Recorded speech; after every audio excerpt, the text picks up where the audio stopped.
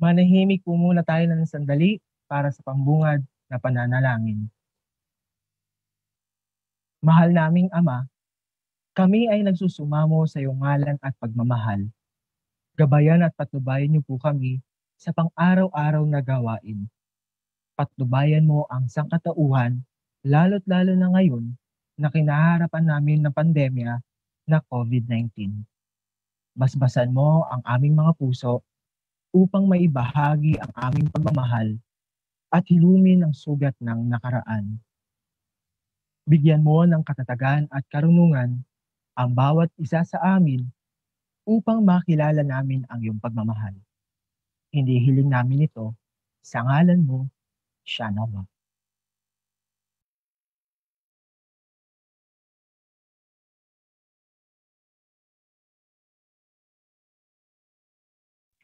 At isang magandang hapon po at welcome sa ating ika-6 na edisyon ng sama-sama session na pinamagatang Bakwit Stories, isang araw sa buhay ng Bakwit. Mahigit isang buwan tayong hindi nakita-kita at nagkasama-sama at na-miss namin kayo. Kumusta kayo lahat? Kuya Renan Gonzales po mula po sa Ako Bakwit at sobrang miss na miss po namin kayo. At ano ba ang nararamdaman nyo ngayon? Kamusta kayo lahat? Paki-comment down dyan sa inyong chat box ang inyong nararamdaman ngayong hapon. At bago ang lahat, alam ko may pinahihintay kayong lahat eh. At katulad sina Ate Samira Guto, Tito Boy Abunda, Mr. Atom Araulio, yung mga kasama natin. Pero bago ang lahat, nais ko munang ibahagi sa inyo ang ilang mga paalala. Una sa lahat, maging bukas ang isipan sa ating diskusyon at paksa. Ikalawa, maaari po kayo magtanong sa pamamagitan ng pag-comment sa ating comment box. Ibahagi nyo rin itong FB stream natin to, itong FB Live na to, sa inyong mga social media accounts at gamitin ng hashtag na #AkoBakwit at #BakwitStories. At ika-4, sit back, relax, at enjoy natin itong session na to. Alam kong super excited na kayo at baka iniisip ninyo na ako ang magiging host ngayong session na to. Nagkakamali po kayo dahil sa pagkakataong ito. Nais ko nang ipakilala sa inyo ang ating special guest moderator. Ang ating special guest moderator ay pinanganak sa Borongan, Eastern Samar. He trained by a father to dream and nurtured by a mother to listen with his heart.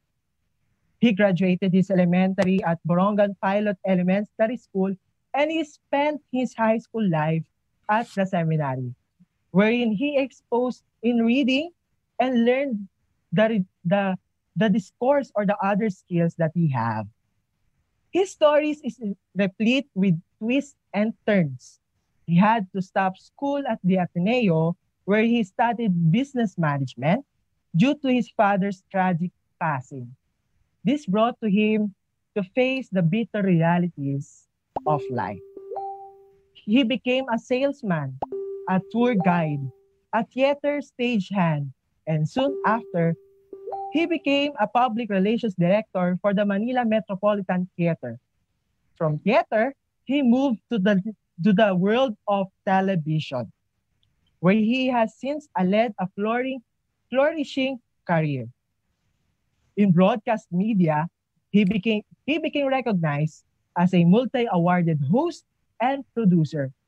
He is well known of being a host of Tonight with Boy Abunda, Inside the Media, and the 2011 Asian Television Awards Best Talk Show, The Bottom Line.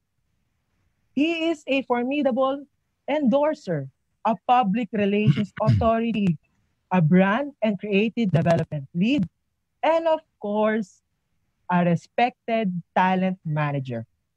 He is also a mentor and critical thinker. His name and brand have become synonymous with deep, unwavering trust within the worlds of entertainment, business, and public affairs. But this man's story, however, does not end here. He earned a master's degree in communication arts and eventually a doctoral degree in social development from the Philippine Women's University. He has taken extensive seminars on international relations and public diplomacy under the tutelage of Ambassador Rosario Manalo. He became an ambassador for the arts of the National Commission for the Culture and the Arts, a former champion of the United Nations Population Fund, and a service ambassador of the Bureau of Jail Management and Penology. And yet, this man still has more stories to tell. He has strong, steadfast beliefs about living a just life, free from judgment and stigma. Hence, his founding the Make Your Nanay Proud Foundation and his creation of inspirational books such as It's Like This and Nanay's Gay Boy. His stories might be challenge, intrigue, trigger, but his stories give us an educate and inspiring. His stories bear the soul of every Filipino. Mga kasama, please all welcome our special guest moderator, the King of Talk, Mr. Boy Abunda. Maraming salamat, Renan, sa iyong pagpapakilala. At maraming salamat sa inyong lahat. Magandang hapon, magandang araw sa lahat ng mga nakikinig at nakikiisa nanonood sa ating sama-sama session. Our 6th sama-sama session. I'm proud to be here. I'm proud to be in the company of people who love their country. Maikling kwento lamang, mga kaibigan. Noong pinag-uusapan yung bakwit, or ang bakwit, ako bakwit, bakwit stories, isang araw sa buhay ng bakwit, hindi ko masyado pinapansin, pero sabi ko, parang napaka-pamilyar noong salitang bakwit. And then I realized just last night na ito rin yung word na ginagamit namin ho. Sabi nga ni Renan, ako'y tubong Borongan, Eastern Samar. Ito yung ginagamit naming word pag halimbawa may darating na bagyo. Dahil ang aming lugar, doon sa mga hindi nakakaalam, ay for the longest time ay kilala bilang typhoon belt of the Philippines. Ibig sabihin, including Yolanda, kung saan ang unang landfall ay doon sa Eastern Samar, lahat ng bagyo ay dumadaan ho sa amin.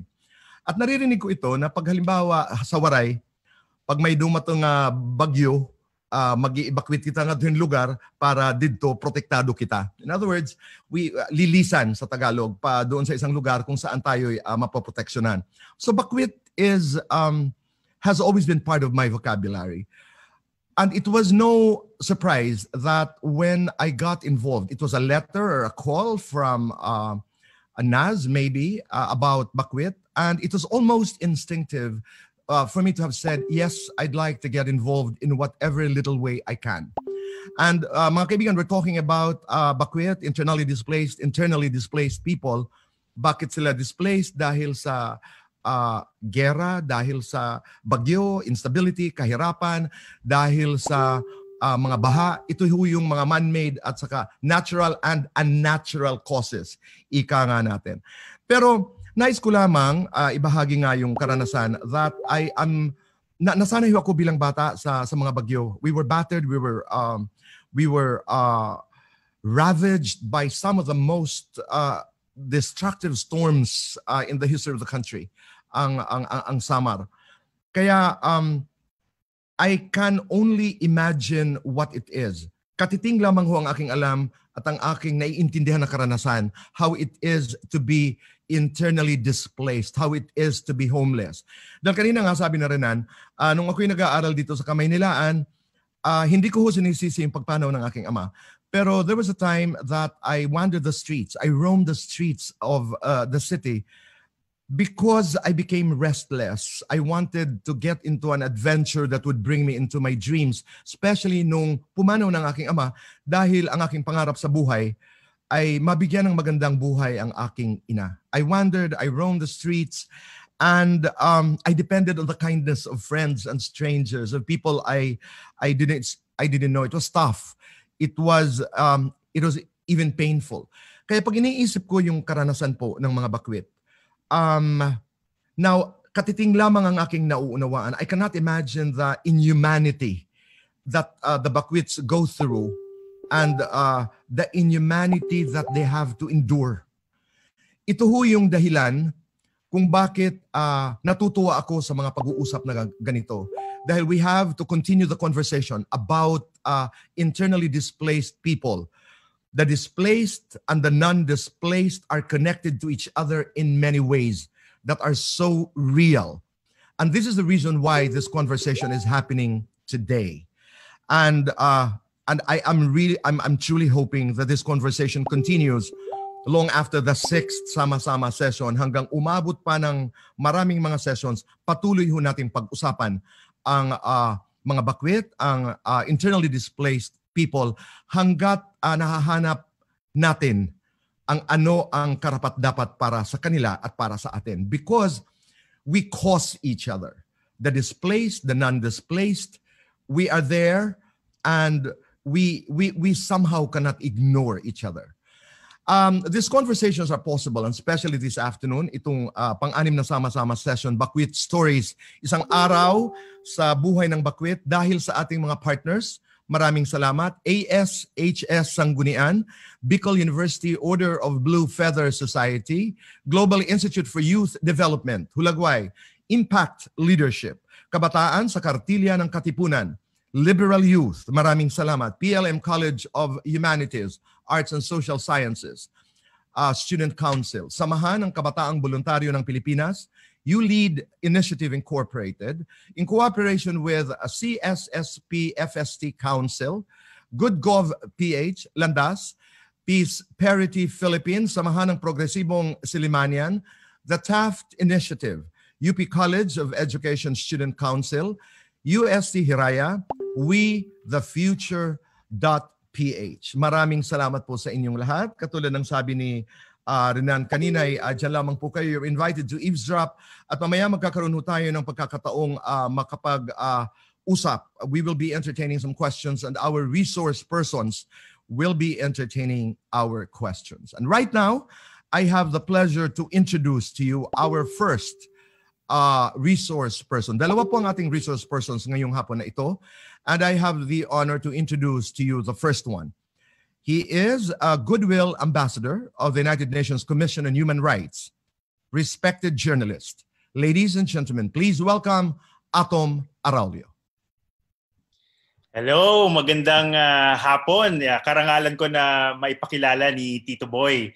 Sana kayo po ay ligtas saan man kayo naroroon. Tito Boy, I hope you are doing Salamat. well today. We are. Oo, and I'm very happy to be invited for this session with everyone. Nabanggit nga ni Tito Boy na napakahalaga ng usapin ng mga bakwit kahit sa panahon ng COVID-19 dahil lahat tayo ay apektado ng COVID-19 at pinakamalalang apektado syempre yung mga pinaka-vulnerable at kasama sa kanila yung mga kababayan nating bakwit o yung mga internally displaced people. Ako po ay isang journalist at gusto ko lamang ikwento sa mga nakikinig ngayon kung ano yung mga naging karanasan ko sa nakaraang mga taon na naging dahilan kung bakit din ako naging aktibo sa ganitong advocacy na ipakita sa buong mundo kung ano ba yung mga challenges at yung mga kinakaharap na mga pagsubok ng mga bakwit at anong pwede nating gawin bilang isang komunidad para sabay-sabay nating harapin ito. Meron po akong presentation, meron po akong ipapakita mga slides. So let me just share my screen with all of you. The host has to give me permission to share my screen. So baka pwedeng bigyan ako ng permission ng ating host. But while I'm waiting for that, sorry, hindi ko na bring up kanina, but while I'm waiting for that, let me just tell you about myself. No? So ako po si Atom and I've been a broadcast journalist for something like 15 years already. Mahigit 15 years na po akong nasa media. I'm a media worker. Nagsimula po ako bilang isang researcher sa ABS-CBN documentary program na The Correspondents. Yung mga researcher po, sila yung tagahanap ng storya para sa mga hindi pamilyar sa media work, sa broadcasting work. Medyo mahirap po yan, mahirap na trabaho. Maliit ang sahod kasi yan ang parang kumbaga yung starting talaga yan, yung pinaka-bottom of all the mga network jobs, yung mga researchers at yung mga production assistants. Atom, sandali lamang, makasingit lang ng konti. Yes. You're talking about the correspondence. Panahon ito nino? Sila Abner naroon na. Panahon ni Abner, ni Karen Davila, ni Bernadette Zambrano, at ni Ces Gelon. Yan ang mga Ito yung panahon. Mga host. Oo. At saka na-mention mo kanina na ikay researcher. Paano ka napasok bilang isang researcher? Habang inaantay natin yung permiso para ikay palabas ng iyong presentation. Yes, how did you get into the news and current affairs? Yes, well, Tito Boy, nag-start ako actually sa Studio 23 bilang isang host ng morning program na Breakfast. Hindi ako sure kung yung mga kasama natin dito baka hindi na naalala yung Breakfast. I was a college student and I was doing part-time work for Studio 23.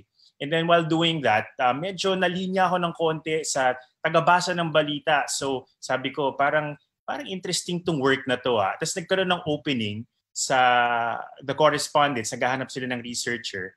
And I was really into documentaries back then. I was watching a lot of documentaries on Discovery Channel and so on. Sabi ko, try ko nga. So yun yung naging start ng aking media career. At mula doon, naging reporter. At talagang ito na yung naging career ko.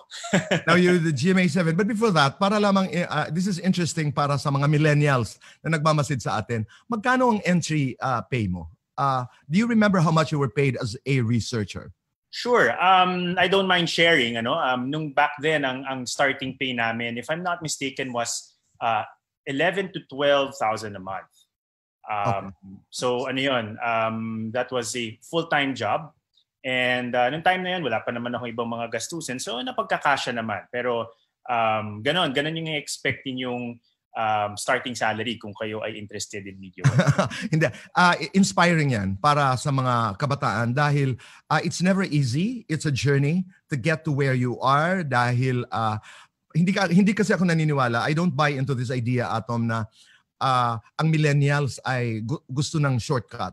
They just have to listen to the stories of how successful journalists like you, for example, got to where you are today. I'm not saying that you're earning billions or we are being paid billions to do what we do, but nag-uumpisa ka talaga at a certain point. At noong panahon yun ng Correspondents, talagang, alam mo, naaalala ko pa ngayon lang, no? Yung, the plug, the merge plugs, nakakaaliw.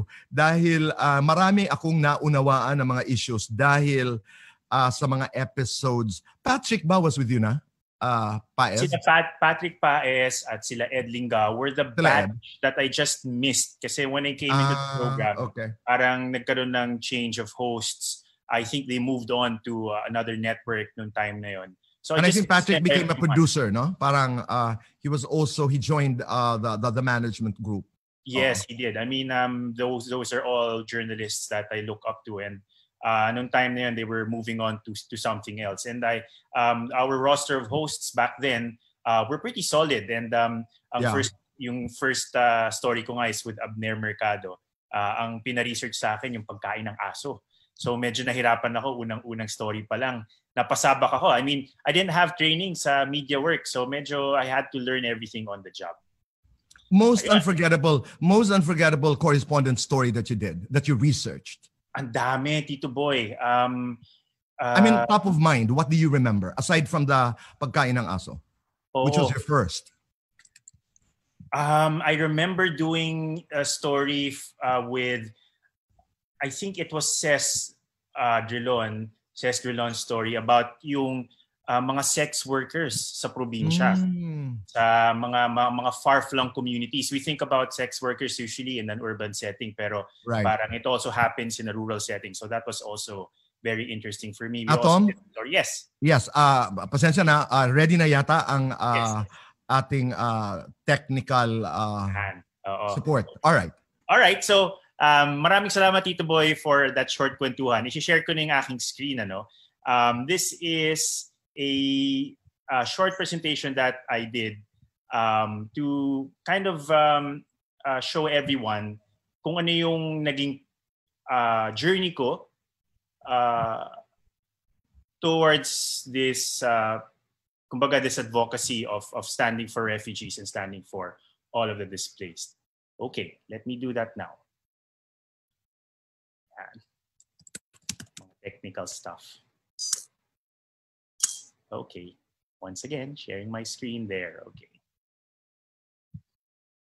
Yon. Okay, I hope you are all seeing this. So this is my presentation. Walang iwanan. This is always what I remember when I talk about stories about the displaced. Ano? So like I said, I'm a journalist and I've been doing this for 15 years. And when I first got into the correspondence, I started as a researcher, tapos eventually naging writer ako and then a producer, and then I became a field reporter. That was a very formative time for me. At nung naging reporter nga ako, lalo pang lumawak yung aking karanasan sa pag-cover ng iba't ibang mga storya. Naging saksi ako sa maraming mga malulungkot na mga pangyayari sa ating paligid. Madalas ako noon na na-assign na mag-cover ng mga disaster gaya ng mga bagyo, mga lindol, mga baha at kung ano-ano pa. Panapanahon, sumisiklab din ang bakbakan sa pagitan ng iba't ibang mga grupo. Merong mga away ng mga angkan, merong labanan ng iba't ibang mga magkakalaban sa politika, at syempre yung away ng mga rebelde at yung mga kumukontra sa gobyerno.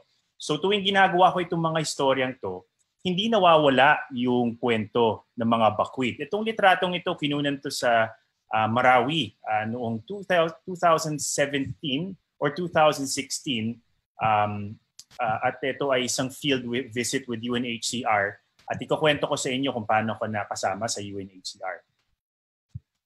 Ito yung inabutan namin doon sa Marawi. No? Ito yung isang eksena across the river. Noong time na yun, hindi pa kasi pwedeng tumawid. At meron pang nagkakaroon pa ng pocket skirmishes. But I'm sure may mga kasama tayo sa audience dito. Of course, si Ma'am Sam, na very familiar with this conflict. It's one of the biggest tragedies of the past few years. At dito sa Marawi, nakikita natin kung gaano kalaki yung challenge ng kung paano nga alagaan yung mga nadi-displace. Kasi marami sa kanila, o hindi man halos lahat, ay hindi pa nakakabalik sa kanilang mga tahanan na nasira nitong nangyaring digmaan. So sa mga kwentong ito, ang laging constant ay yung pamilya ng mga bakwit. Okay? Tuwing merong bagyo, tuwing merong lindol, nabanggit ni Tito Boy, ang Borongan, laging tinatamaan ng bagyo yan. Nung bagyong Yolanda, nandun din ako sa Tacloban, sa Eastern Visayas. At nag-cover ako doon. So tuwing merong mga natural calamities, at tuwing merong mga conflict, bilang isang reporter, ang lagi kong naabutan ay yung mga evacuees, yung mga bakwit, yung mga tinatawag na internally displaced peoples. Lagi ko silang inaabutan sa mga evacuation center, madalas mga eskwelahan na hindi muna ginagamit sa pag-aaral o di naman kaya sa mga basketball court o barangay hall. Darating sila doon na halos damit lang ang bitbit at ilang piraso lamang ng kagabitan. Kanya-kanya sila ng latag sa sahig, no? Naghahanap sila ng space doon.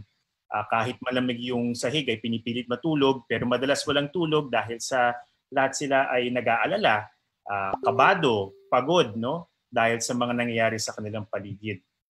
Minsan, pansamantala lamang ang paglikas, kung suswertehin, mga 2 at 3 araw, kunyari kung bagyo at hindi naman matindi yung pinsala, after 1 or 2 nights, pack up na sila, balik na sila sa kanilang mga bahay, maglilinis ng putik, kunyari magkaroon ng baha, ayusin yung bubong, hahanapin yung mga alagang hayop na nakawala at i-assess yung damage ng bagyo. Pero may mga pagkakataon din, tulad na lamang doon sa Marawi na aking nabanggit kanina, na taon ang binibilang bago makabalik sa kanilang mga komunidad. Sabi ko nga, yung mga kababayan natin sa Marawi, hanggang ngayon marami sa kanila ay hindi pa nakakabalik sa kanilang mga tahanan. Sa maraming taon ng pakikisalamuha ko sa mga bakwit at pakikinig sa kanilang mga kwento, lalo akong naging determinado na gawin ang aking makakaya upang matulungan sila. Kaya naman malaking karangalan para sa akin nang lapitan ako ng United Nations High Commission for Refugees o UNHCR noong 2016 upang alokin na maging bahagi ng kanilang organisasyon bilang isang high-profile supporter. So ang UNHCR po ay isang attached agency ng United Nations na nakatutok sa kapakanan ng mga refugees, mga internally displaced people, so IDPs, mga stateless, at yung mga asylum seekers. Medyo similar po yung 4 na yan pero magkakaiba. Meron po silang distinct differences. Ano? Yung mga refugees, ang definition po dito, ito yung mga kailangan mag-cross ng border dahil sa kalamidad, dahil sa persecution o awayan, para makahanap ng refuge sa ibang mga bansa. Ang internally displaced peoples, ito po yung mas alam natin bilang Bakwit, ay lumilikas sa kanilang komunidad pero nananatili within the same country or within the same state. Ang mga stateless naman, ito yung mga kababayan natin, no? Yung iba sa kanila, taga-South, dito nakatira sa mga island communities dito sa Tawi-Tawi at Sabah. Yung mga ilan sa mga naninirahan diyan ay tinatawag na stateless kasi hindi sila kinikilala naman ng maski na anong state. Hindi sila kinikilala ng Pilipinas, hindi sila kinikilala ng Malaysia. At dahil diyan, wala silang official documents at nawawalan din sila ng ilang mga karapatan. Hindi sila makaboto halimbawa, wala silang access to public health and so on and so forth, no? Yan po yung mga stateless. At meron din mga asylum seekers. Ito naman yung nagpupunta sa ibang mga bansa at humahanap ng asylum dahil sila ay nanganganib sa kanilang pinagmulan. Ang Pilipinas po ay merong history. Merong 9 waves of refugees na nagpunta sa Pilipinas dahil ang Pilipinas sa nakaraang mga siglo o nakaraang mga dekada ay very welcoming para sa lahat ng mga refugees, no? Hindi ko na masyadong magpapalalim sa kwento na yan pero gusto ko lang kayo maging proud na ang Pilipinas kahit na hindi siya mayaman na bansa, tayo po ay naging bukas sa mga refugees mula sa mga Jews noong panahon ng World War II, yung mga Russian refugees na tumakas naman nung nagkaroon ng revolusyon sa Russia. Andiyan yung mga Vietnamese boat people na tumakas din sa Vietnam War. At kung ano-ano pa, hanggang ngayon tumatanggap pa rin tayo ng mga refugees mula sa ibang mga bansa. Merong mga Iranian refugees at kahit mga Syrian refugees ay ang ilan sa kanila ay nagpupunta rin sa Pilipinas, naghahanap ng asylum. So ilang beses ko na pong nakasama sa aking mga field visit ang mga Bakwit, no? Dito sa Mindanao, ang malaking bahagi ng trabaho ng UNHCR. Nakatutok po sila sa kapakanan ng mga IDPs o yung mga Bakwit natin. At alam po natin na sa kasamaang palad ng Mindanao sa mahabang panahon, hindi naman buong Mindanao pero mostly in Central Mindanao and also in Southern Mindanao, meron pong mga bakbakan dyan, meron pa ring awayan sa pagitan ng iba-ibang mga grupo. At panapanahon, yung mga kababayan natin dyan ay nadi-displace, no? Yung mga taga Maguindanao at syempre yung mga Maranao sa Marawi, nakaranas po ng bakbakan at sila po ay kailangan lumikas sa kanilang mga tahanan dahil hindi na po ligtas para sa kanila. Ito pong mga pictures na ipapakita ko ngayon ay mula sa field visit ko po sa Marawi. Ito po si Babu Moreg, no? Isa po sa hindi ko makalimutan ng mga nakilala ko doon. She is over 100 years old when we met nung panahon na yon. So that was 3 years ago. She must be 103 now. Nakita ko siya sa isang recent visit last year. Malakas pa rin siya at very feisty. Ito pong si Babu Moreg ay naglakad mula sa Marawi papuntang Iligan nung panahon na nagkaroon ng bakbakan sa kanyang edad para makatakas sa gulo. She is a source of inspiration for me, no? Na kahit na advanced na siya in years, she is a very important figure doon sa pinuntahan naming evacuation center. And she carries a lot of dignity nung na-meet ko siya. Ito naman si Nanay Rohaima na unfortunately passed away, I think, if I'm not mistaken, earlier this year, if not late last year. Si Nanay Rohaima po, medyo malungkot po yung story niya kasi nawalan po siya ng yung ilan sa mga anak niya ay naging missing dahil doon sa gera. At hanggang sa na-meet namin siya sa evacuation center, hinahanap pa rin niya yung kanyang mga anak, no? I think 3 of her children have gone missing. And noong panahon naman, let me check my details, no? Yes, nangyari ito last year. At meron po siyang 7 mga anak at 4 sa kanila ay nawawala, age 20, 19, 12, and 10. So napakalungkot po ng storya ni Nanay Rohaima. And then unfortunately, nung siya po ay nagpunta sa Manila last year, she met an accident dito po sa Cebu. Siya po ay nasangkot sa isang road accident. So that's a very sad story. But she's one of my favorites also kasi tuwing nakikita ko si Nanay, siya po ay laging nakangiti, binabati kami ng aming mga kasama. At nagpunta pa po siya sa isang exhibit na aming ginawa sa Iligan kung saan pinakita ko sa kanila itong litratong ito na kinunan ko of her. No? It's one of the portraits that I took of Nanay Rohaima when I went on that visit, and she was very happy to be part of that program. Ito naman si I've been saying Rohaima, no? I'm so sorry na pagbaliktad ko yung name sila. Ito po si Nanay Rohaima. Yung nakita po natin previously, ito po si Nanay Fatima. Okay? So sorry about that. Ito po si Nanay Rohaima. So going back to the incredible people that I've met in Marawi and in Iligan. So si Nanay Fatima po, isa sa mga yan. Ito naman si Nanay Rohaima. Si Nanay Rohaima naman ay nakakatuwa kasi ipinakita niya sa aming lahat yung resilience ng mga bakwit, ng mga IDPs, no? Kahit walang-wala si Nanay Rohaima sa kapital na 300 pesos, she was able to set up a small business doon sa evacuation center, no? At dito natin nakikita na kung bibigyan mo na ng pagkakataon yung mga bakwit, hindi nila kailangan ng charity, hindi nila kailangan ng dole-outs. Of course, at a certain point, we need to give them the basics like a place to sleep, mga pamalit na damit, syempre tubig, pagkain, gamot. Pero pag binigyan nyo sila ng pagkakataon, they want to be able to earn on their own. Kasi it takes a lot of dignity, no? Nabibigyan sila ng lakas ng loob na kaya ko mag-provide for my family kahit na ganito yung sitwasyon. So si Nanay Rohaima with a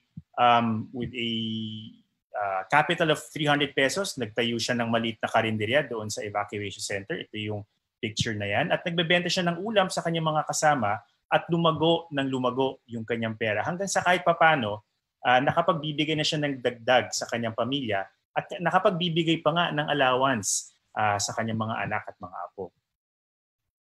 Ito naman ay litrato ng isa sa mga bata na na-meet ko sa evacuation center. Ako rin ay in awe of all of the children that have to live in those conditions. Pero pag nakita mo sila, hindi nila nalilimutan ang pagiging bata, no? Talaga naglalaro pa rin doon sa evacuation center, napaka-friendly sa mga visitors, at itong ang na-meet ko ay very curious doon sa aming visit sa UNHCR team, and graciously agreed to pose for a picture. And this is one of my favorite photos of that encounter with those refugees or with those IDPs. Pero ang problema po ng mga IDPs, yung mga problema ng mga families forced to flee, hindi lamang sa Pilipinas. At dito na nga pumapasok yung trabaho ng UNHCR, which of course covers the state of many internally displaced peoples and refugees, stateless and asylum seekers all around the world. And I'm going to show you a short video that was made by UNHCR to give you an idea of what the situation is and ano yung mga challenges na kinakaharap natin.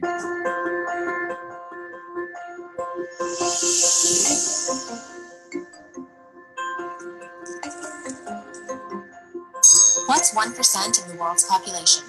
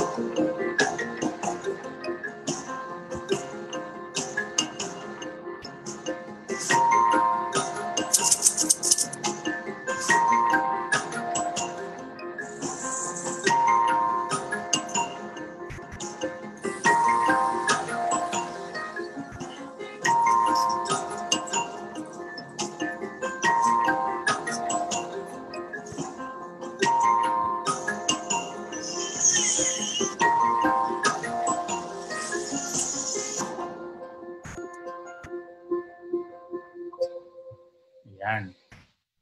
So that is a video that we prepared for World Refugee Day. At gusto ko lang ipakita to para lang sa lahat ng mga kaibigan natin na nanonood ngayon, kung kayo man ay mga, if you work with organizations that help the internally displaced o kayo po ay bakwit mismo, I want to show you that you are not alone. And around the world, this is a big problem. Sabi nga dun sa video, 1% of the world's population has been forced to flee, and that is 79.5 million people. Can you imagine? That's a whole country, no? Ang Pilipinas ay 110 million. So you can only imagine that the problem is widespread. And given that a lot of people experience this, mahalaga rin yung maaring ibahagi natin na karanasan at tulong sa ibang mga bansa na nakararanas din ng ganito. So ako po ay nakabisita sa iba't ibang mga bansa. Ito po ay mga litratong kinunan ko sa bansang Bangladesh nung ginawan ko po ng storya. Yung mga refugees na nagpunta doon, ito po yung mga kinailangan lumikas mula sa Myanmar, no? Yung mga tinatawag na Rohingya people dahil sa persecution doon. So these are just a few of the photos that I took when I went there. As a journalist, no, this was not on a mission during this time. But marami sa kanila lumikas mula sa Myanmar, walang dalang gamit at takot na sila ay maabutan ng mga security forces na sila po ay talagang pinapersecute, no? So this was part of a crossing. Merong maliit na border doon sa bahaging ito na naghihintay yung mga Rohingya sa kabilang side ng river at binibigyan sila ng go signal to cross. So once they cross, ito lang po yung mga dala nila, mga sako. Actually, nung panahon na ito, buti nga meron na silang dala, no? Pero yung mga first few weeks talagang walang-wala dahil kinailangan nilang umalis right away from their communities. But you can imagine na talagang they leave with almost nothing and without any sense of security at hindi din nila alam kung anong mangyayari sa kanila. Ito po yung river crossing at ito po yung mga Rohingya na nakilala ko doon. Ito naman din sa mga bata na nag-gather ng firewood doon sa evacuation center o doon sa camp, tinatawag na Kutupalong Camp. Ito po yung ginagamit nila bilang pangluto, no? Gumagawa sila ng mga maliliit na apoy para makapagluto sa kanilang mga camp. So everything was really makeshift during that time. Ito po yung Kutupalong Camp, one of the biggest refugee centers all over the world, no? At nakita nyo, tagpi-tagpi yung kanilang mga bahay. It's much improved now. This was taken in 2017. Ngayon po 2020, malaki na po yung in-improve niyan. Pero ganito po yung conditions na naghihintay sa kanila. I was also able to go to Jordan kung saan nakilala ko naman po yung mga Syrian refugees na nagpupunta naman sa Jordan. Ito naman po ay official mission with UNHCR. Ito po yung isa sa mga families na nakilala ko, yung pamilya ni Id. Si Id po ay lumikas mula sa Syria at doon po ang nakakatuwa po sa kanila, ito po yung kanilang maliliit na bulinggit. Kita niyo naman sa mga mukha nila, mukhang mga makukulit. Ano? Ang nakakatuwa po dito, meron silang maliit na farm. Actually, it's more of a garden. It's not a farm. Sa likod ng kanilang bakuran. Ito po ay desyerto. Kaya parang it was a miracle to my eyes to see some corn, some melons grown in this small plot of land sa likod po ng kanilang bahay. At yung kanilang anak nga ay excited doon sa kanilang isang melon na namumuo doon sa kanilang garden kasi excited sila na finally ma-harvest yung melon na yun. No? So, nakikita po natin kung gaano ka-positive yung mga evacuees or yung mga, in this case, mga refugees. And, na hindi po sila basta biktima lamang. Sila po ay mga individuals like you and me, merong mga pangarap at merong mga mikiin. So ito po, nagbababay ako sa pamilya nila Id. Ito po yung kanilang maliit na bahay. So ang gusto ko lang pong iiwan na mensahe sa inyong lahat, na dahil sa lumalalang krisis sa iba't ibang bahagi ng mundo, ngayon hinaharapan natin yung COVID-19, ang mga bakwit po talaga ang pinaka-vulnerable. At dahil na rin sa pagbabago ng klima o climate change sa kasamaang palad, inaasahang mas darami pa ang mga bakwit sa susunod ng mga taon at dekada. At huwag po natin kalimutan na ang Pilipinas ay isa rin sa mga bansang lubhang apektado ng climate change. Idagdag pa natin dito yung mga kalamidad na ating nararanasan at syempre yung patuloy na bakbakan sa pagitan ng iba't ibang mga grupo. At alam po natin na lalaki pa yung challenge sa mga susunod na taon. Pero hindi po tayo dapat mawala ng pag-asa. Bilang mga Pilipino, we can stand in solidarity with the rest of the world Alam natin ang pakiramdam ng paglikas at narapat lamang na makiisa tayo sa iba pang mga refugees at mga bakwit sa iba pang mga bansa. Dapat matutunan ng mundo na gaano man kalungkot ang pinagdaraanan ng mga bakwit, hindi natatapos ang kanilang kwento sa kabiguan. Ang mga bakwit po ay isang source ng strength and inspiration, pero higit doon sila po ay nagpapayaman sa komunidad na kanilang tinitirhan pansamantala. Dala nila ang kanilang galing, dala nila ang kanilang talento, dala nila ang pagpupursige saan man sila magpunta. They are definitely a positive contribution to society. Bagamat meron silang masamang karanasan, hindi lamang sila mga biktima. Sila po ay mga individual tulad nating lahat na hindi lamang pinalad at nakaranas ng ganitong klaseng pagsubok sa kanilang buhay. At sila po ay may mga pangarap at mithiin. At higit sa lahat, maaari po silang mag-ambag ng malaki sa lipunan. So let's find strength in each other and face the coming challenges with courage. Maraming salamat po sa pakikinig. Atom, maraming salamat. Maya-maya mga kaibigan ay magkakaroon ho tayo ng pagkakataong makapagtanong kay Atom kasama ang ating susunod na resource speaker. Maraming salamat muli, Atom, at I will see you later. Samantala mga kaibigan, ang next, all right. We're getting some instructions. Ang ating susunod po na resource person, obtained degrees in communication and masters in international studies at the University of the Philippines, Diliman. Siya po ay nakatapos ng law degree at the Arellano School of Law, and she acquired a fellowship program at the Oxford Center for Islamic Studies. Seasoned journalist, one awardee from the 10 Outstanding Young Men of the country. Siya po ay dating miyembro ng Bangsamoro Transition Commission which drafted the Bangsamoro Basic Law. She's a women's, peace, and IDP advocate. Chairman po siya ng Ako Bakwit. Mga kaibigan, please welcome Samira Gutok. Good morning, afternoon. Assalamualaikum.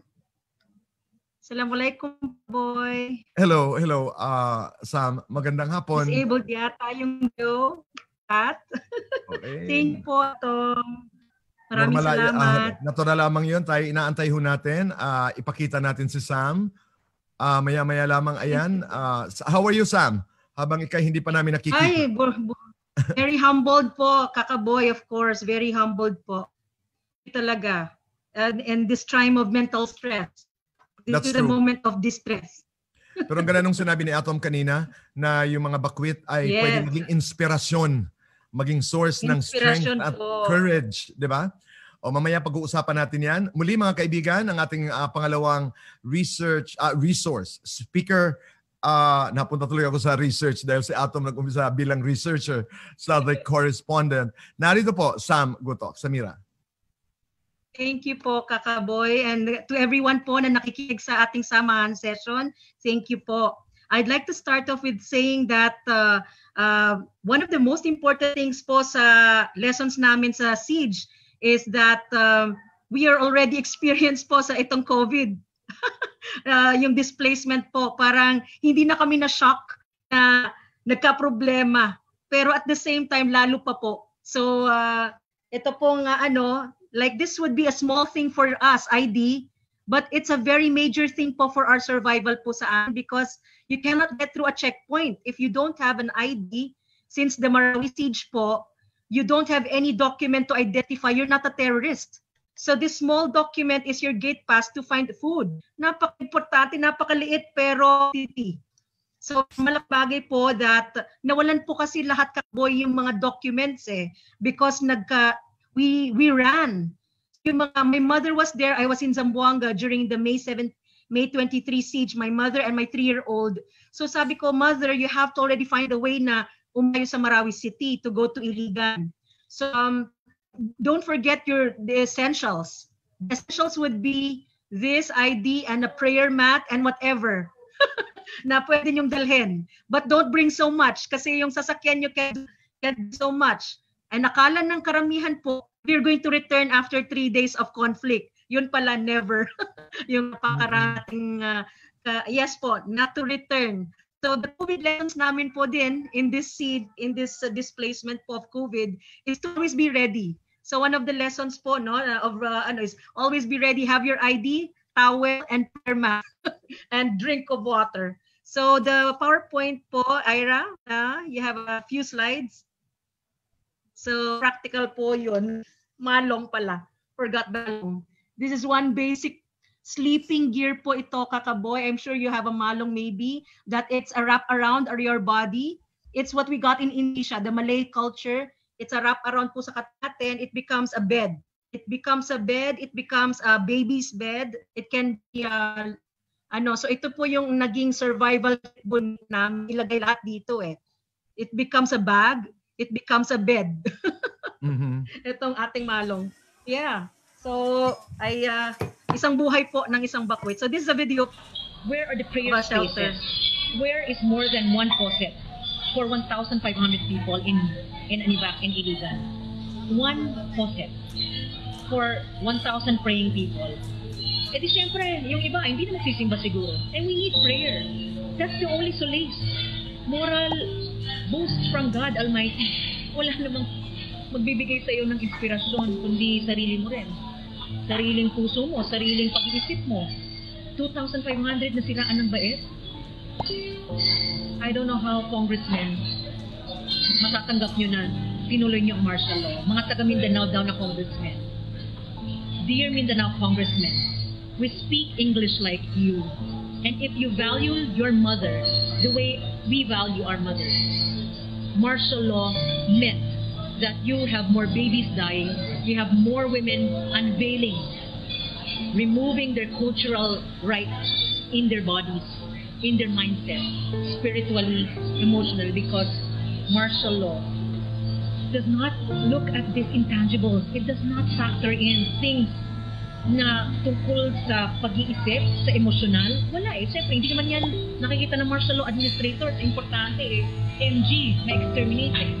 Sinong tumitingin sa aming self-respect? Sinong tumitingin sa aming nasisiraan na bait na babae? It's NGOs, communities, yes. Pero one-time seminar cannot. Hindi yan gagamutin ng isang one-time, one-day psychosocial. It's forever. The pain is forever.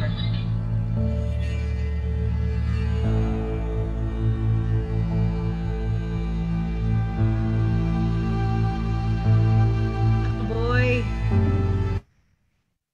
Napaka po, sorry. Memories na naman. Pilit namin po kasi bumabangon eh. I have to remember the memories because we are trying to remember everyone. Yes po. So, slides po, Ira. Very important po. Kasi at that time po, Kakaboy, the first decision of government was to declare martial law.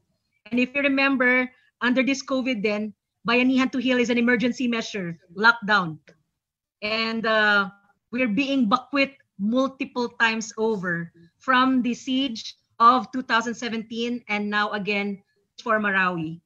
And can you imagine if there's even landslides which are happening? Next, please. So we have the number 3 in the world disasters. We are highest risk in the world, no? So which means Philippines is number 3 in disasters and number of evacuees. World, ganun karami po. So that's why we need this awareness and cautiousness. Next, please, Ira. So we are here in a cultural community called Lake Lanao. And the people are called Maranao, people of the lake. So as Kakaboy said, he saw them in Samar markets because our lake waters, the business that we have from fishery and from the catch has been cut short because we were not able to benefit from the usage of the national power over our waters. So bumababa po yung tubig in the second largest lake of the country. Can you imagine? We're going to Samar, Manila, and yet we are in the second largest lake in the country. We're not benefiting from our own water. So next, please. It's so beautiful po. It's one of the UNESCO heritage sites po, yung around Lake Lanao. So an evacuee, Bakwit po, as popularized in all-out wars in Mindanao, then Erap Estrada declared all-out war to Mindanao, Maguindanao particularly, is a group of people are forced to flee. So the keyword po is forced. Hindi mo po dinesisyonan. So like Marawi po, nag-out po yung group of multi-group and the government, and then people became evacuees or bakwit. So doon po na-popularize po yung term over past 3 years. Next, please.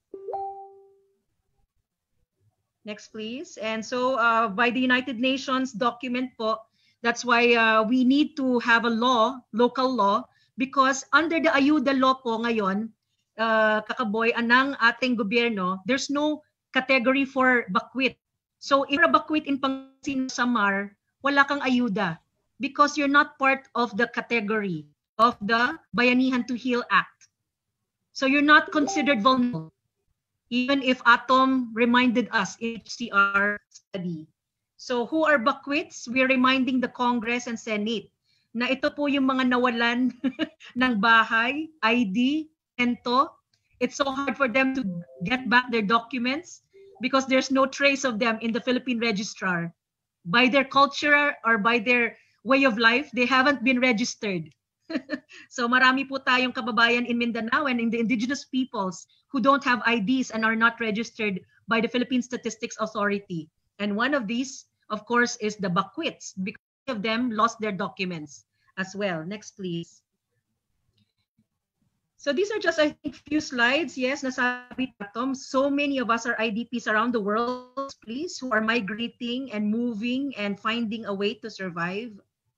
So you can just turn around na lang, Ira, no? Just show this, because I think na-cover much ni Atom, no? Just like the stories ng ating mga kababayan, why it's important, no, that to remember them. Next, please. Yung mga IDs po. So aside from the IDs po, Kakaboy, napaka-importante sa kanila is the relief nga po, so that they've been dependent, and sabi nga ni Atom, no dole-outs, but the premise po, they don't have the property, they don't have land to return to. So something that government has to also do is to bring us back to our homeland when we've been removed, uprooted. So please get us back to our land, giving us also the rightful or titulo, because many of us don't have titles also. So yun po yung i-arrange din po ng ating gobyerno. Next, please. Napaka-complicated, di ba, boy? Ang daming issues po. The struggles of bakwit. So I show the, can I show the prayer mat? Kasi ito po, itong prayer mat po kasi, naging po it became an all-around prayer mat, and it's like a sleeping mat. So if you saw Atom's pictures ng evacuation center, itong napakaliit po where a katawan can be prayer na sleeping location. And then yan na lang gagawan ng paraan. So ito po yung dinala nung nagtatakbuhan po yung mga tao from the May 2017. Yan po yung easily na nadala natin para yun na agad malong prayer mat, yun na magiging sleeping mat mo. Wala po kami mga sleeping mat. Karamihan. Hindi nagka-camping kasi. So the struggles right now, of course, in living in far locations, like if we are in Manila or in Pangasinan, I think one of the pictures here is in Pangasinan, is that we're not recognized by the community. I don't know in Samar how they are doing, but here in the places like we're not registered residents of that community, hindi po kami nabibigyan ng relief. So kaya po important na remind po yung government, because these are people who left and found a way not to find their way, but then COVID has locked down their income. Many of them are traders. They are naturally traders. Nagbebenta po ng mga toys, mga DVD, yun lang ang kaya nila. Wala po weaving. That's their by culture, they can do weaving, they can do production of baking or something, but they don't have the materials, and they're not given livelihood siguro assistance. Next, please.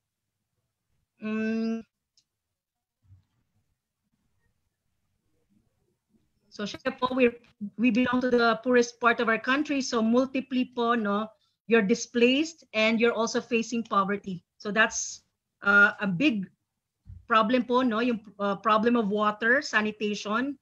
Number one sakit po, no, sa evacuation center is water-related, diarrhea for children. So yung CR po, yung na-mention ko na isang faucet, isang CR for 1,000 people. So something that has to be doubled is the access to sanitation kasi po drinking water mo kaka-affect po because you take it from the tap water if the sewerage system is not in place po. So binigyan ng government out of 200,000 families or so, 3 lang po ang may housing.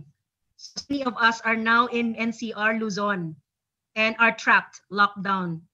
So wala pa housing sila po sa mga locations nila. And again, walang ayuda, walang 6,000, 9,000 pesos. Next, please. Okay, I think the few, just go on na lang po. So yun po yung the major po, the plea and major cry is to make institutional po yung face ng Backwits among the vulnerable sectors, not just senior citizens po, PWD, yung mga other sectors like labor, migrant workers, but also the evacuees no, as a special sector po doon sa Ayuda Law or Bayanihan to Heal 2 that the government signed. Hopefully, kung wala sila sa listahan na yan, Bayanihan to Heal 3 na naman. So, we're in my head, no? Yung iba, naka-covers, yung face, naka-black. So, they're being asked by certain military or policemen to remove their black in their face, yung cover sa face. So sabi natin po, suggestion is they're very sensitive pag women, hinahawakan ng lalaking sundalo na lalaki. So it has to be women manning also the checkpoints when it comes to women na hinahawakan. So in some sensitivity has to be there in the checkpoints. Next, please. Okay, so just go on po na lang. I think these are just experiences of, and then of course mental health po, because after 6 of our COVID displacement po or COVID experience, natatakot na po kami lalo na pumunta sa ICU, barangay health worker, because yun nga, lockdown po, mas lalo po na-intensify yung access namin sa medical and health facility or medical and health access or consultation, lalo pa. So whereas noon walang presence yung health worker sa evacuation, and many of us are in homes where we are dikit-dikit matulog, breath to breath with our sister brother sa isang small room where all the families are. I know Kakaboy can relate to that. All the pinsas are together. Kagaya ni Fatima Lumabo kanina, all the brothers and sisters yan, pwede magkasakit at yung transfer ng sakit to another. So can you imagine that po? Maliit yung mga locations kasi. And then everybody comes together because of those family ties to protect one another. Next, please. Okay, so go ahead. Yan na lang po siguro yung last issues natin po. And multiply more. So we went to Congress po to tell the senators po that we need to have health, medical, psychosocial services. So 2018 pa po ito, and we need the hospitalization because yun nga, nilockdown nyo yung siege, di ba? Yung Marawi. So we don't have income anymore. And then right now, nasa sa Manila na mga padrino or our sponsors, na lockdown na rin yung business nila. They depend on a daily basis, no? For people to sell, they don't have any more to send. Wala na. So mahirap po yung medical and health ngayon. Mahirap magkasakit ngayon. And then, next please. Ito yung mga hiningi po sa Senado and Congress. And for the students po, since Kakaboy has been helping us po sa Ako Backwit, and if people would be interested to help sponsor a child like UNHCR is doing, the digital divide is so real po, no? Itong Zoom na po na to, I have to find a location po. And more so yung mga taga-evacuation sites na wala silang Wi-Fi to learn.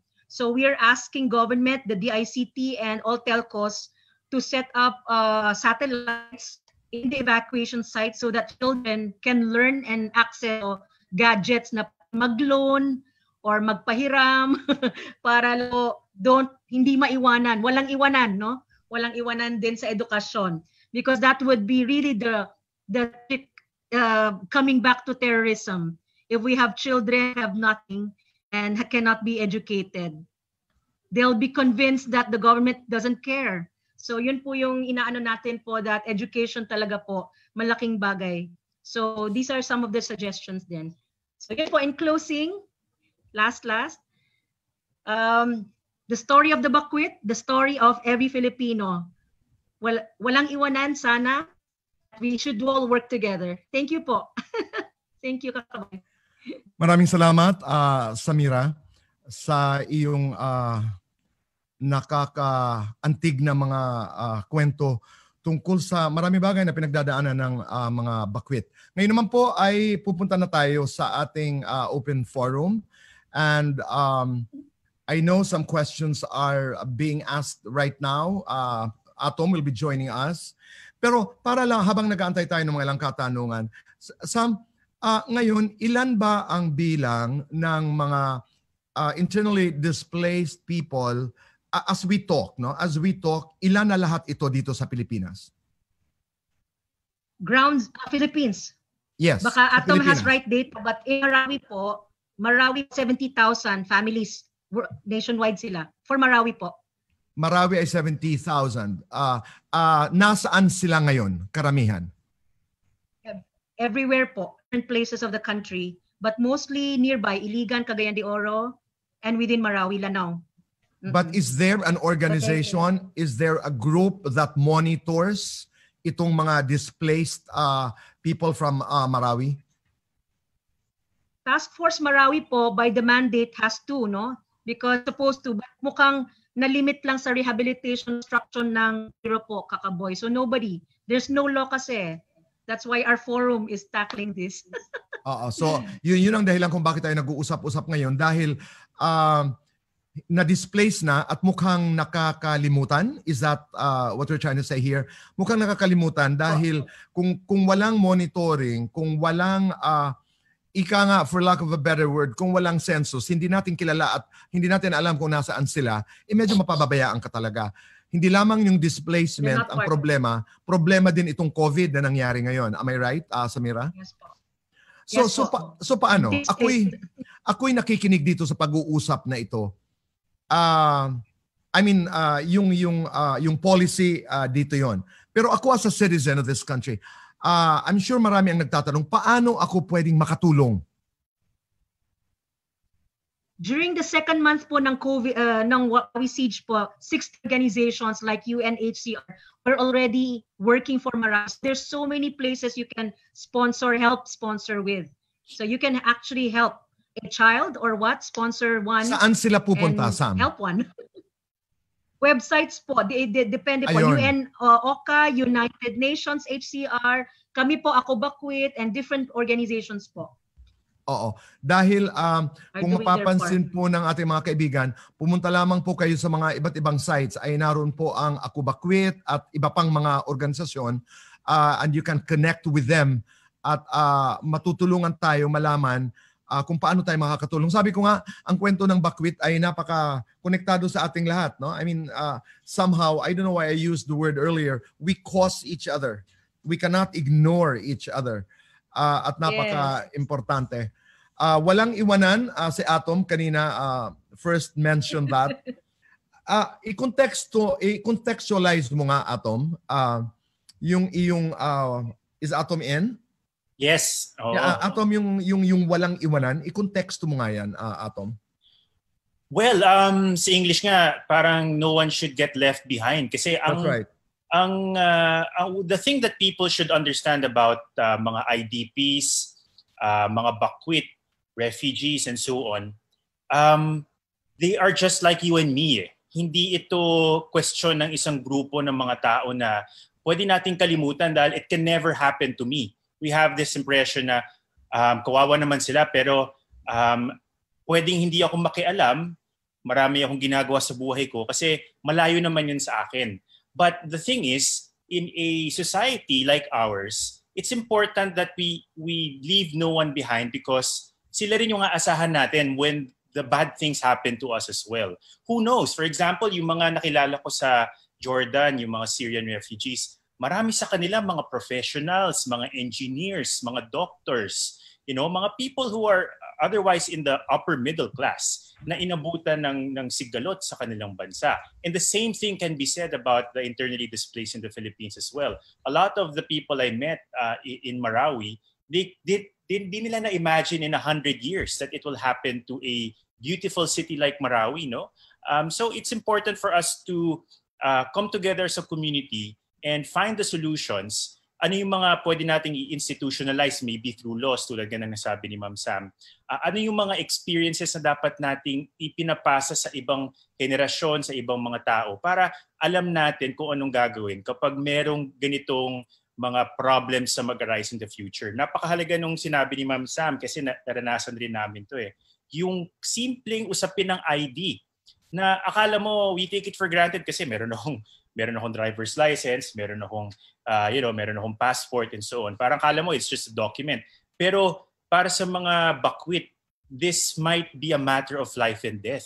Kasi in a volatile situation, for example, especially in the first few months after the Marawi siege, a lot of the evacuees were actually quite fearful. Hindi sila umaalis sa evacuation centers kasi natatakot sila na baka pag dumaan sila sa checkpoint at wala silang maipakitang ID, sila pa yung mapag-initan. So yung ganun kasimple lang na paano ba natin gagawin na kapag merong ganitong may mga nagbakwit, kung baga kahit gera man yan o bagyo and so on, ano yung pwedeng gawin para agad silang mabigyan ng identification? Para meron silang protection kahit papano. Ano yung mga pwede natin gawin in the evacuation center itself? No? Marami sa mga evacuation centers para nalilimutan na yung importansya ng parang mga gender solutions, no? Kasi halo-halo na yung mga tao diyan eh. Tapos minsan yung mga ang pinaka-vulnerable, yung mga matatanda, mga bata at yung mga kababaihan.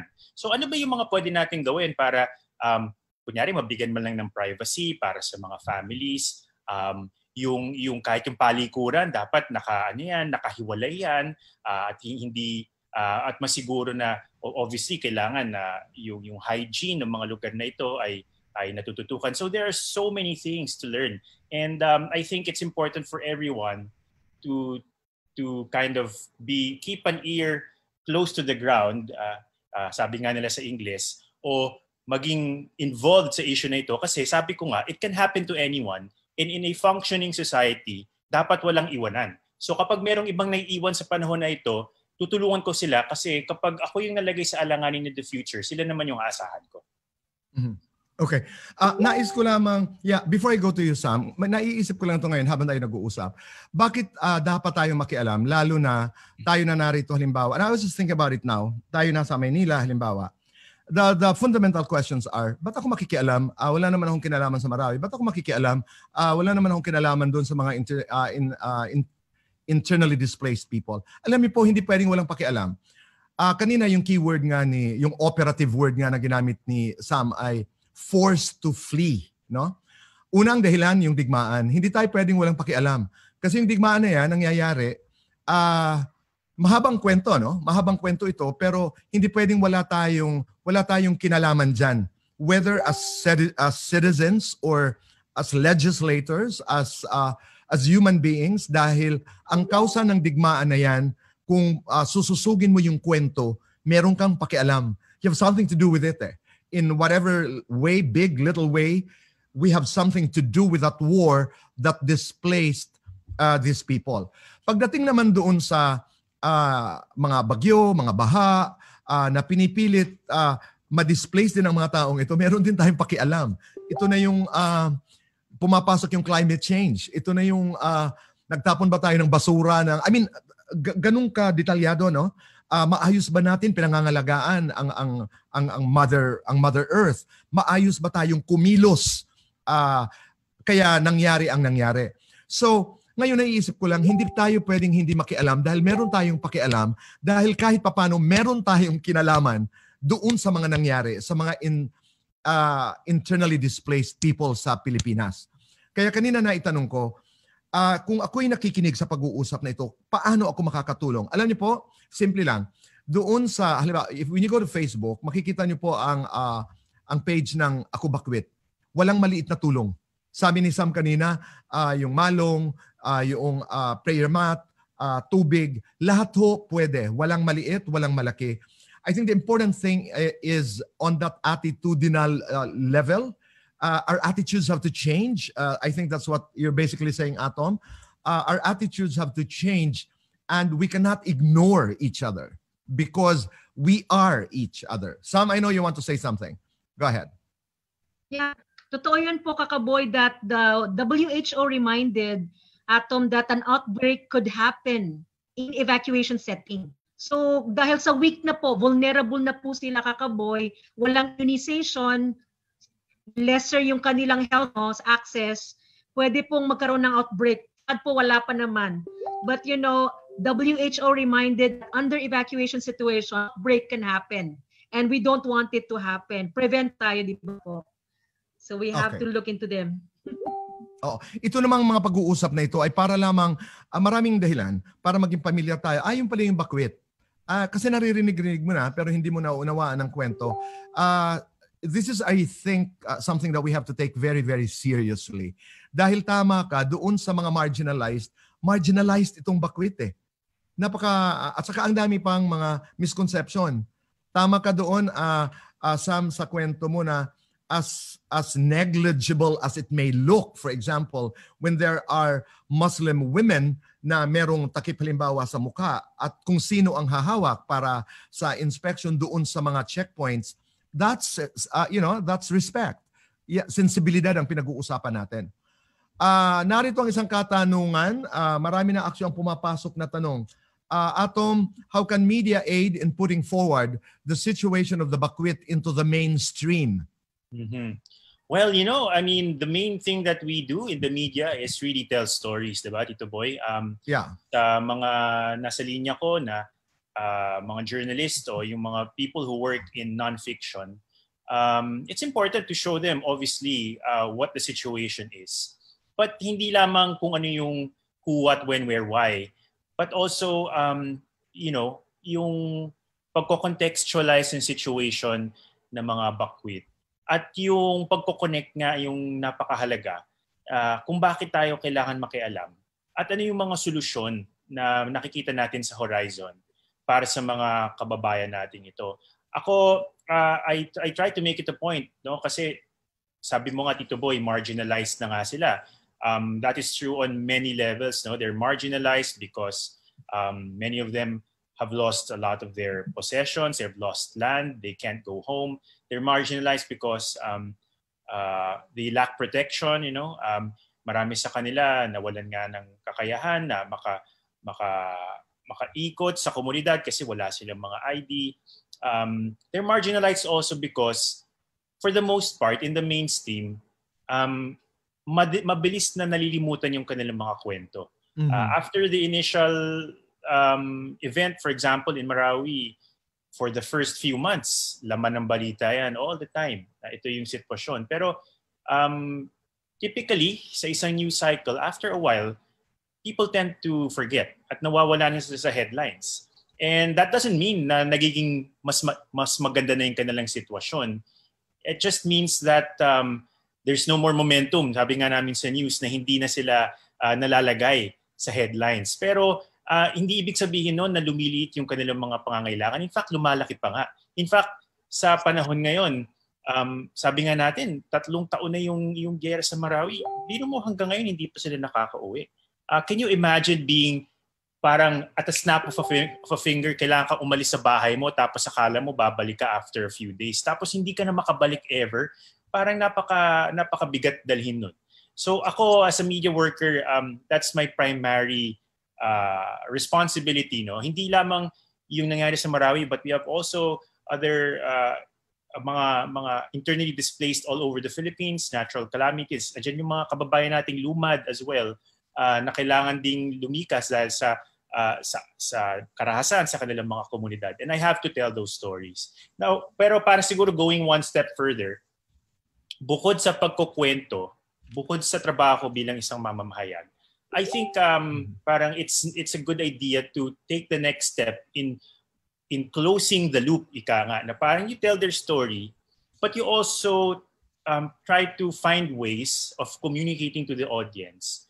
Parang what they can do, and also ano yung tamang direction that we can all advocate for para hindi na mangyari to in the future. So when we say what can we do, of course, andyan yung pag-contribute sa mga organizations like Ako Bakwit, UNHCR, providing financial support, maybe even volunteering. But more than that, I think it's important for us as citizens to push for the right solutions. we're all voters, for example. We can call our legislators and say we need this law, or we can be vocal on social media and say parang ano na ba nangyari doon sa pangako na makabalik na sa mga tahanan yung mga na pilitang umalis, halimbawa sa Marawi, and so on and so forth. And I think that's also part of what we should do in media.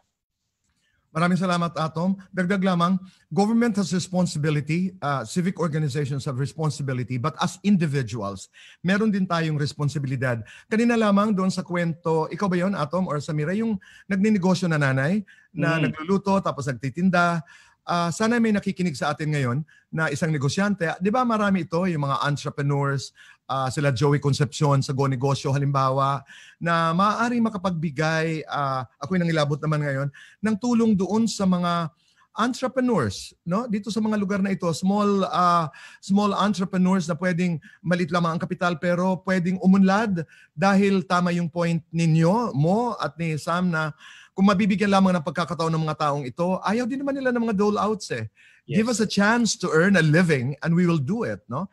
So, ito yung I think purpose din na we continue the conversation, pag-usapan natin ng malalakas ang boses, pag-usapan natin sa labas para mas marami ang makarinig. Malay natin sa ating mga sinasabi ngayon, sabi ko nga, ako yung maasa na meron tayong mga kababayan na pwedeng, mag-sponsor hindi lamang doon sa isang bata.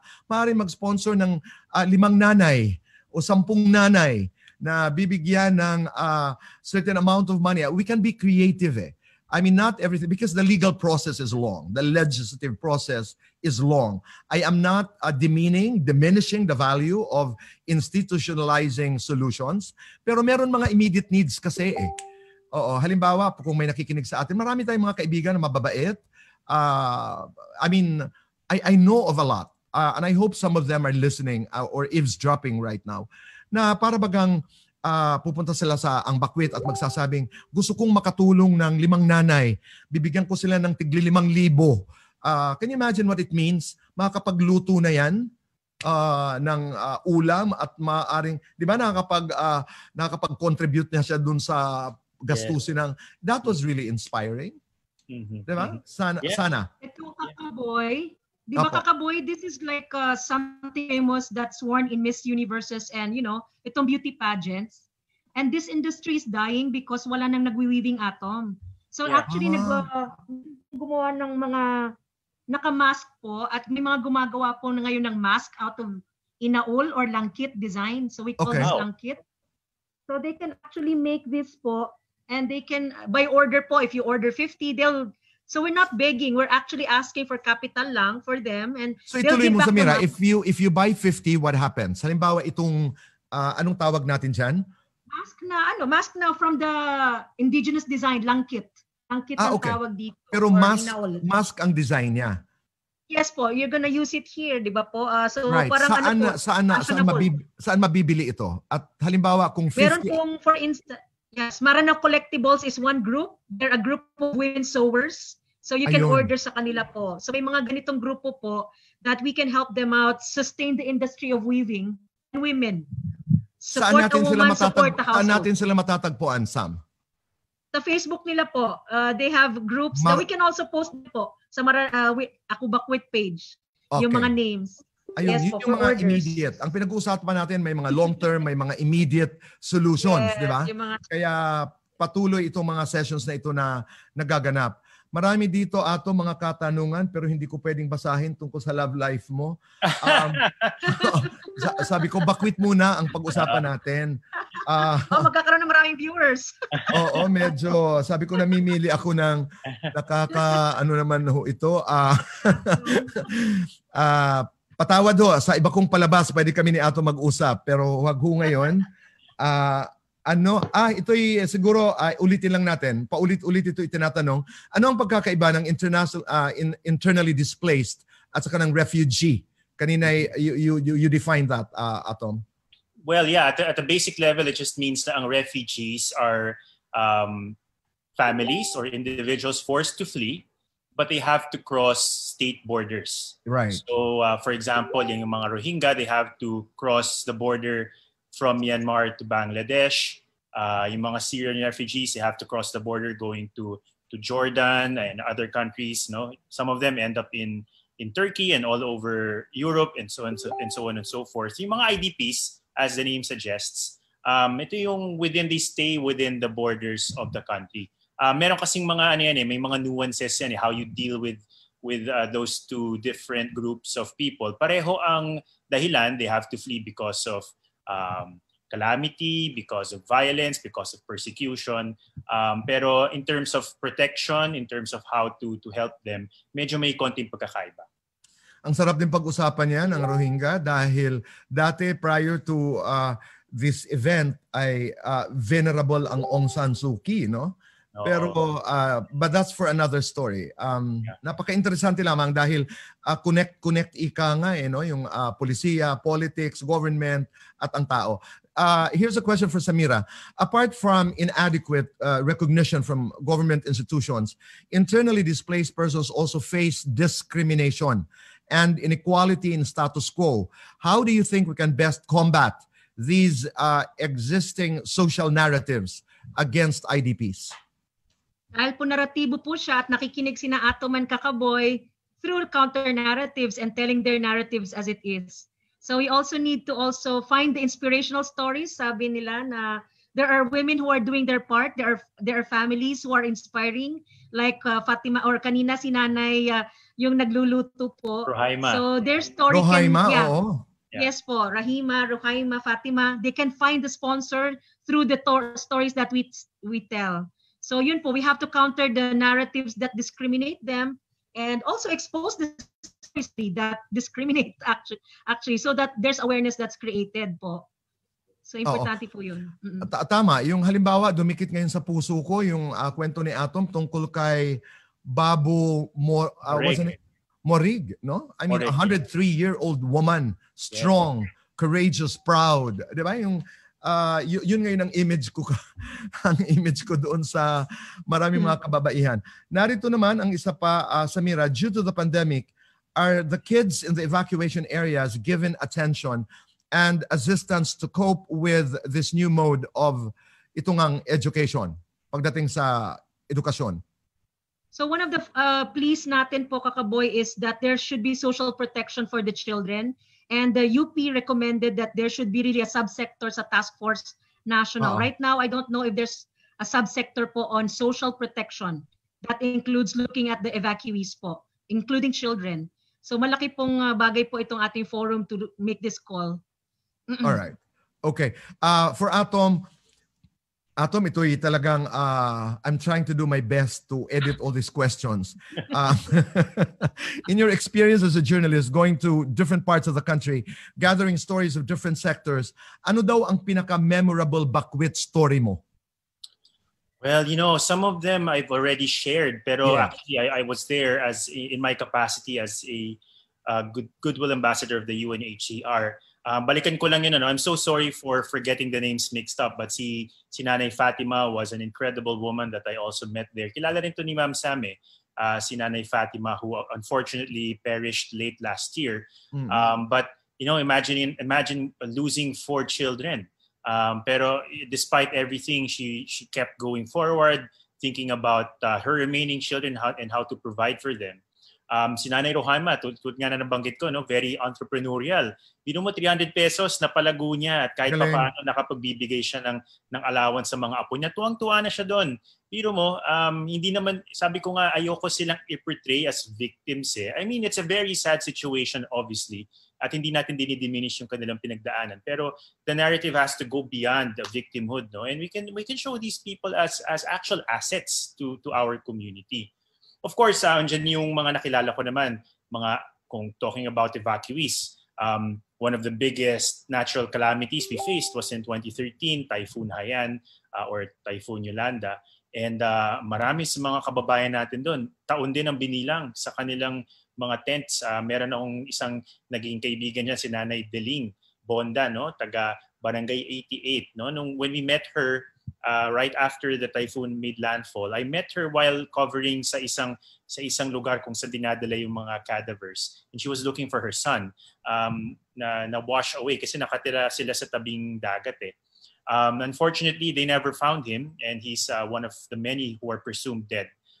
Pero si Nanay Deling was very, up to this day, nagte-text pa kami niyan. Kinukwentuhan niya ako na, lumipat na kami ng tirahan, wala pa rin kuryente dito, and so on and so forth. No? And again, yung mga kababayan natin sa Eastern Visayas, I know this word gets abused, yung resilience. And I want to tell a story about resilience because it is important and it's remarkable, but it goes beyond resilience. I think aside from highlighting the resilience of our IDPs, yung mga bakwit natin, we should also not forget that hindi natatapos doon yung kwento. Kailangan tulungan natin sila para makabalik sa kanilang mga komunidad in safety and in dignity.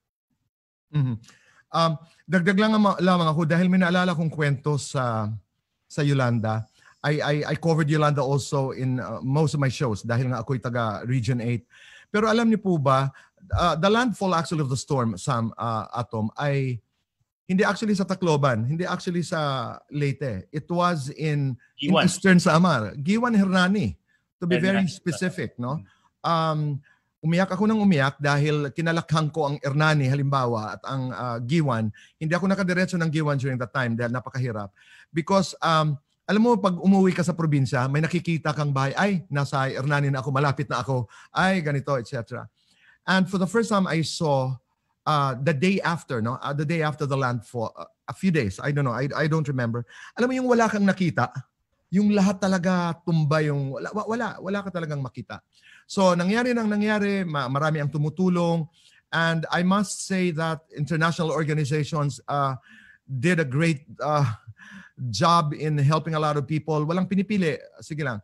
Pero there was one line in one of my interviews, sabi sa akin ng isang taga Hernani, ganito kami, bigyan lang kami ng pagkakataon. In Waray, it sounded very good. Pero hindi kami marunong dito mag-loot. Kasi di ba, nagkaroon ng imahe na, ay, nagluluting dito, etc. Hindi.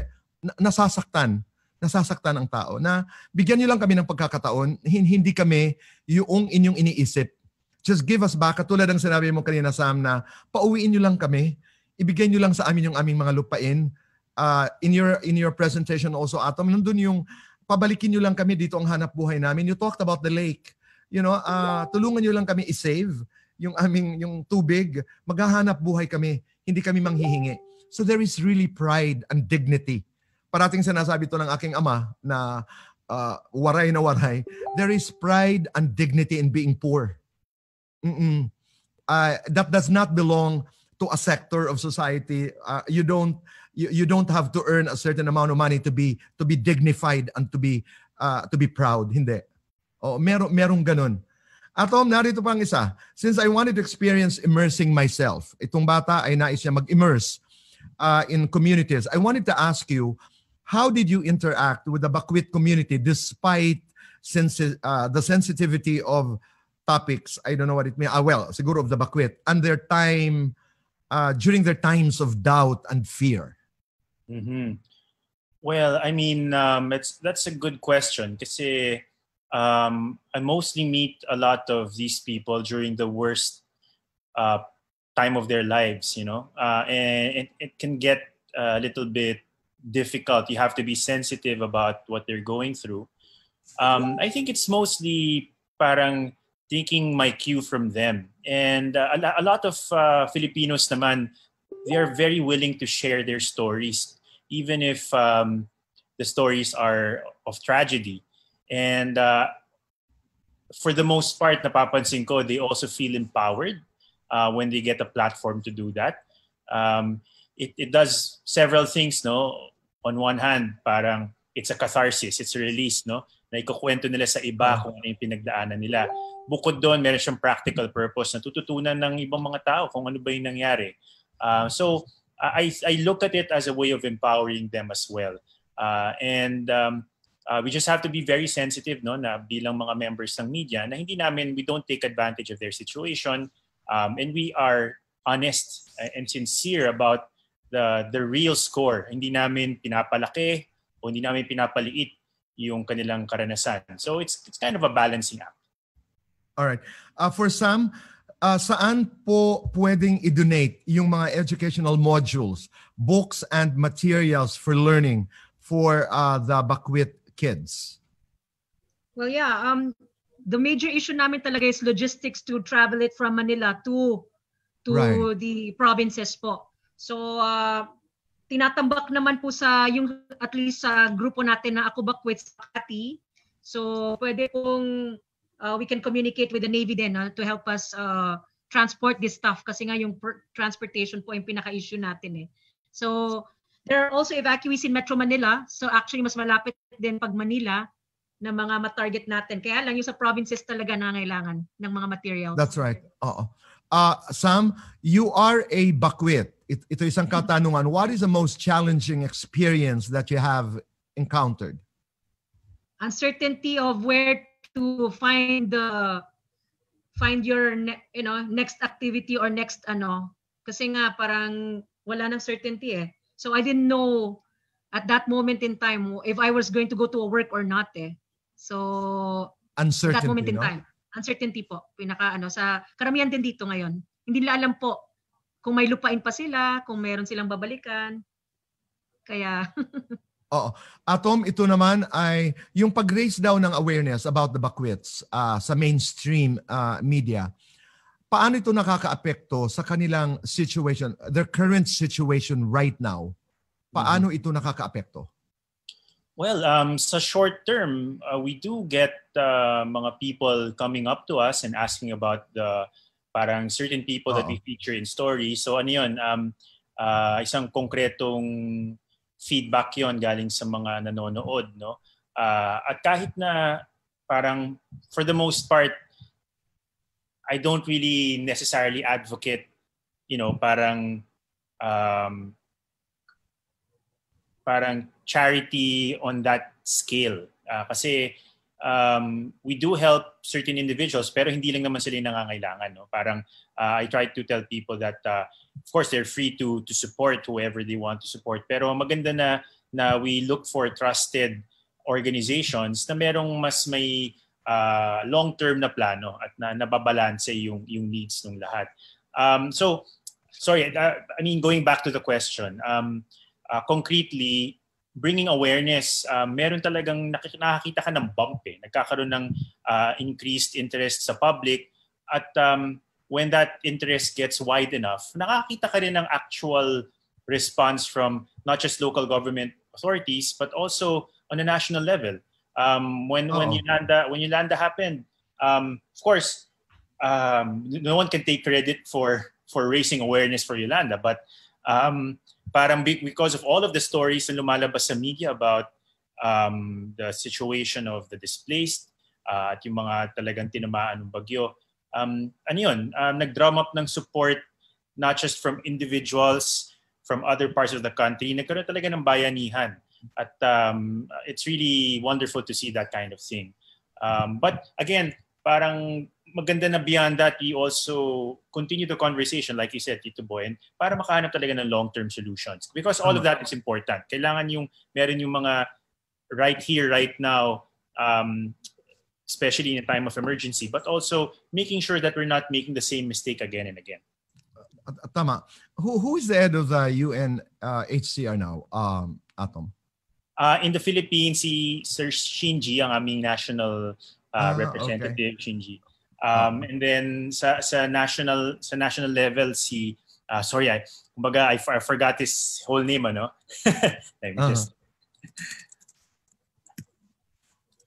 Pero I mean, bukod sa mga I'm sorry, Ato. Alam mo kung bakit ko itinatanong? Because I'd like to pay tribute to the commission. Because nung Yolanda, Sam, alam mo, napapag-usapan namin yon, mga magkakaibigan doon, yung lahat ng mga kaibigan namin na tumulong, consistent ang nagtatagal sila, they stayed. May mga tumulong kasi na importante lahat ang mga tulong na ito. We don't want to discredit yung one-time tulong, 2 beses, pero alam mo yung the organization that really stayed ay itong katulad ng halimbawa the High Commission, how do you call that? United Nations High Commission for Refugees. Yes. Si Filippo Grandi ang aming Secretary General ng UNHCR. Nais lamang natin magpasalamat at sa tulong na ginagamit ng ibinibigay. Narito ang isang salamat, Atom. Narito ang katanungan pa rin kay Samira. What is the best thing we should do as ordinary citizens of the country to push the government to prioritize our IDPs' important needs? What can they do? Malaking bagay po yung pressure and sharing of the need to push for an IDP rights framework and law in the Philippines. So if you have the chance to chat your congressman in Senate, it's Senator Gordon na sa kanyang committee. I hope I wouldn't say the word inuupuan niya, Committee on Social Justice, but there are congresspersons and senators that should be pushed, Committee on Justice and Human Rights, that should be looking into this IDP rights bill that has been pending for decades. Kaninong commission naman 'yon? Kaninong committee? In lower house nagpatawag po I think si Congressman si Belmonte. I'm not sure who's the chairman right now. So importante po yung pagbantay and pag-share po and pag-push ng congressman din nyo din because again we're the number 3 in the world in terms of risk in disaster. So we really need IDP rights in place. So kung ang tanong ako'y mamamayan, paano ko po, Ms. Samira, paano ko po ipupush ang aking congressman? How do I do that? We write the congressman. There's emails of the congressman in his public platform, in his email and Facebook page. They're very accessible naman po ngayon with their email addresses. Tama. Okay. Kasi this is a follow-up that makes a lot of sense. Are there laws protecting the IDPs in the Philippines? If so, are they being implemented? Wala pong IDP rights bill as we know. It's pending po in Congress. That's right. It's a bill. Wala po tayong mga batas. Yes po. Atom, ito'y katanungan. Kanina nung nagpakita ka ng iyong video, how are you guys, how do you take care of yourselves? Even Samira, that question also goes for you, especially when you try to document stories. How is it done? Well, that can be answered on 2 levels. Physical security, and also mental health. I think both are challenging at any given time. Siyempre, pag nagko-cover ka ng kalamidad, andyan na yung mga safety protocols that we have to follow to ensure the safety of the whole team. Minsan, may mga kailangan quick on your feet ka, no? Kasi may mga sitwasyon na hindi mo alam at kailangan kang mag-react instantaneously. For example, yung Bagyong Yolanda, no? Wala naman sa amin na inaasahan na ganun yung mangyayari. But kumbaga, as a journalist, safety is really paramount. Halimbawa sa gera, Atom, di ba? Yung nasa kalagitnaan ka ng conflict. Yes. May mga specifics yan eh. Actually, mga mamamahayag, they go through what is called a hostile environment training. At tinuturuan kami dyan kung ano yung kailangan gawing precaution, kung paano pipili, kung saan titira, halimbawa, kung anong floor ang maganda, yung mga ganyan, how to secure your door, may mga ganong specifics, no, how to travel, and so on and so forth. Pero I think ang isang overlook din madalas yung issue din ng mental health kasi it's not easy absorbing all of these sad stories. And I think more and more in the past couple of years, mas naging aware na rin yung iba-ibang organizations that it's something that we have to really pay attention to. Yeah. The first time I think that we really took that to heart was Typhoon Yolanda. So when we got back, nagkaroon talaga ng debriefing kasi we can really see that it had a big effect on the team that covered there. So yun, parang you really have to keep that in mind when covering these things. May nais kang idagdag, Sam, yung pangangalag. Halimbawa ikaw, Sam, naabutan ka doon, di ba? I mean, how was that experience exactly on the ground? What happened and how did you survive? It was confusing at first, but then because it's our children that we had to save. So parang you have to wake up. Parang tulala ka muna, what am I going to do? I'm not connected to the military. How can I get inside the war zone to rescue my family?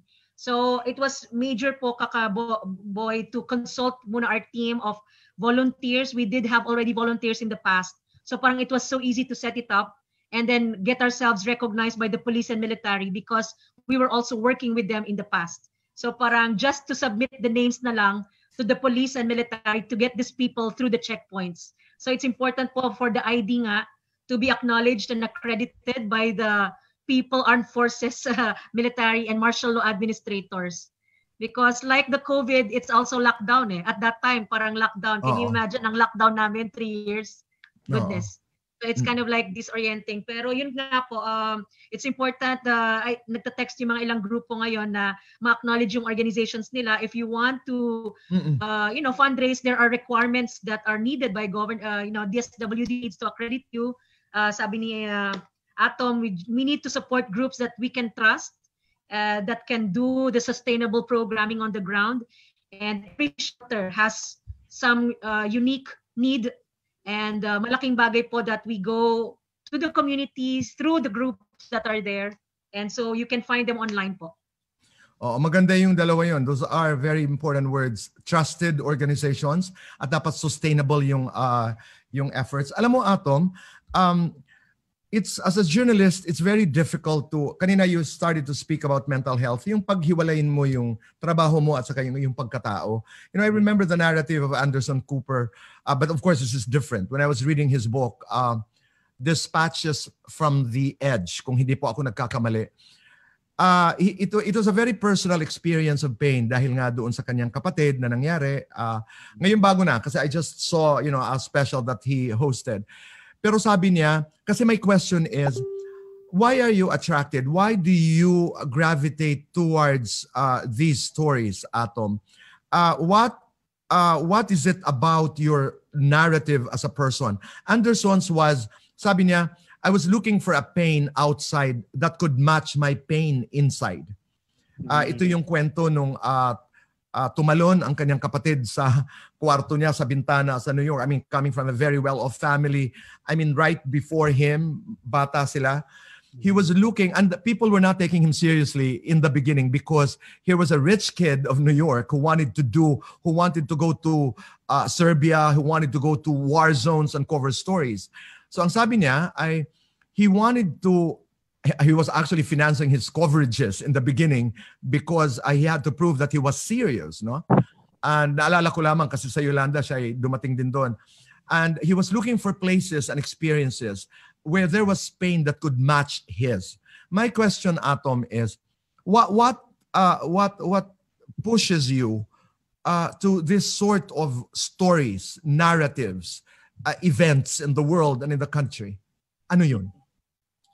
That's a great question, and I think it takes a lot of introspection for me to actually to find the reason why these stories resonate with me so much so that I decided to make a career out of it. I can think of a couple of reasons why I like telling these kinds of stories. Number one, it shows me humanity talaga. And that parang, I mean, we are all very lucky to be alive, to be surrounded by friends, not to worry about what happens tomorrow. Sometimes meron pang konting extra to go and travel and so on and so forth.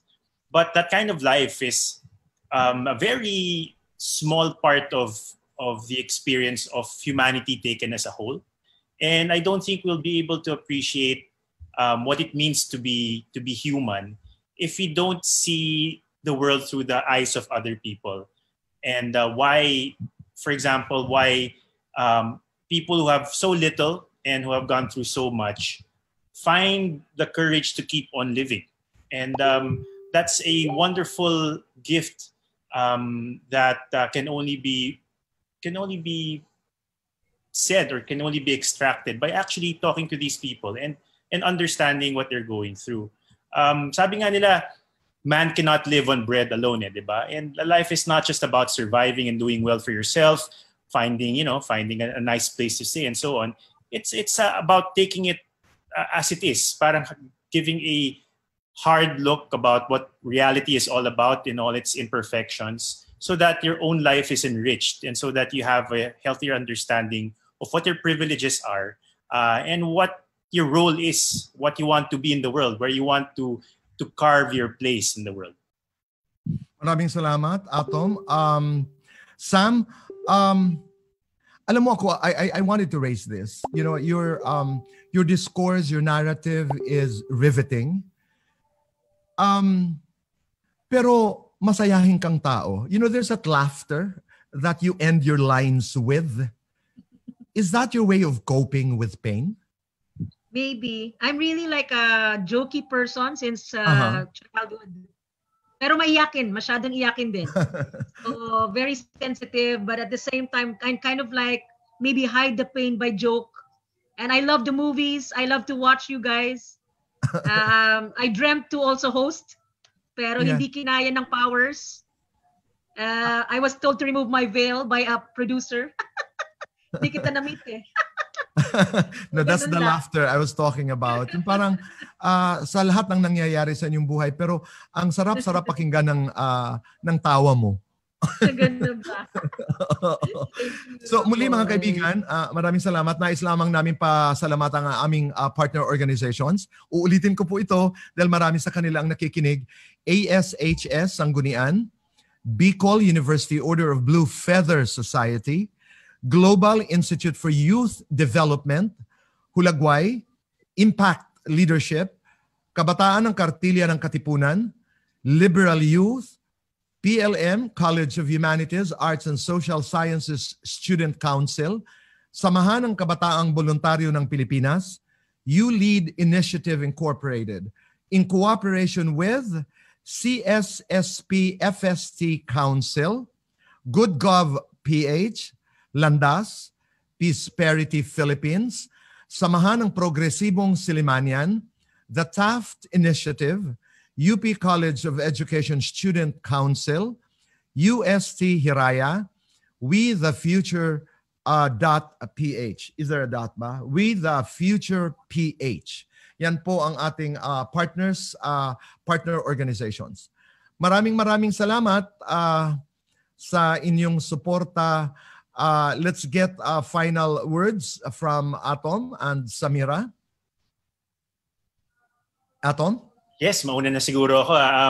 I don't have more to say. Only siguro I want to give my thanks to Ma'am Sam for inviting me to this webinar. Thank you so much, Tito Boy, for the wonderful conversation. And sa lahat naman nakikinig, maraming salamat sa inyong interest. And I hope that sama-sama tayo dun sa mga kailangan nating haraping pagsubok sa hinaharap.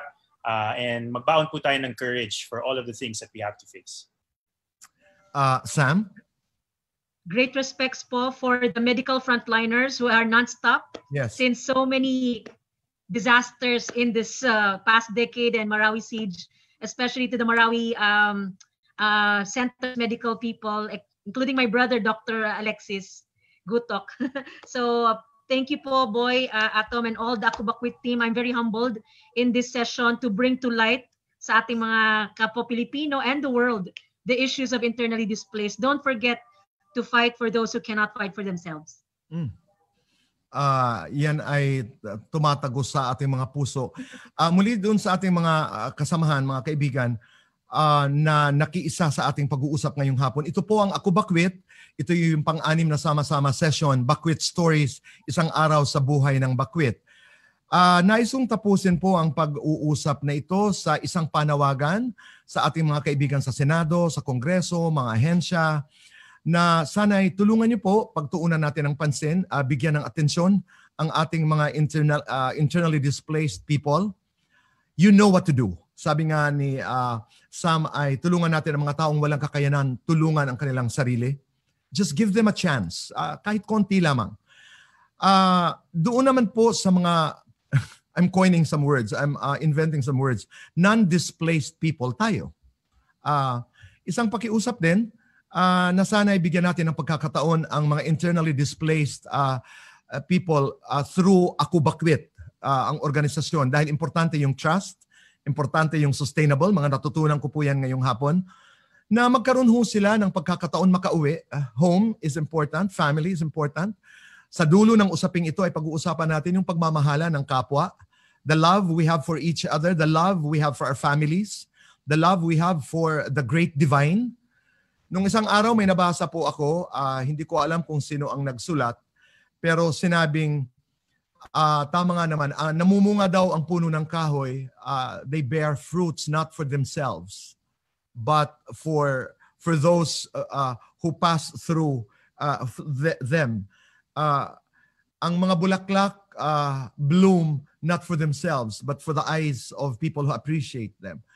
Ang araw daw ay sumisikat, hindi para sa kanila, pero para nga sa atin, sa mundo at sa tao. Ang buwan ay napakaganda paggabi, not for itself, but for anyone who appreciates the beauty of the moon. Ang sinasabi dito ay, na tinumbok ito ni Atom kanina, lahat tayo, palagay ko, ang take-away ko ngayon ay yung purpose. What is our purpose? And this is not an original line. I think the best kind of purpose, it's a journey to find our purpose. But that purpose, I think, has to be aligned with service. That purpose has to be aligned with acknowledging, being cognizant that there is the other. It is not just you, but there is the other.